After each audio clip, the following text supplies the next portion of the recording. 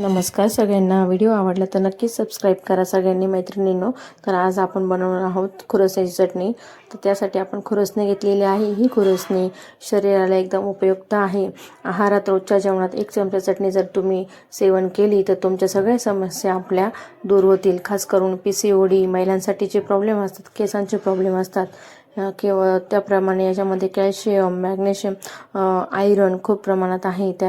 त्यामुळे याच्यात हाडांचे दुखणेसुद्धा कमी प्रमाणात आपले खूप दुखणं असे कमी होतात. तर तुम्ही ही नक्कीच एकदा ट्राय करून बघा आणि कशी वाटते रेसिपी तर मला नक्कीच सांगा. तर मी खुरसणी आणि शेंगदाणे कमी घालायचे आहेत. त्याच्यामध्ये खुरसणी आणि शेंगदाणे छान असे भाजून घ्यायचे आहेत.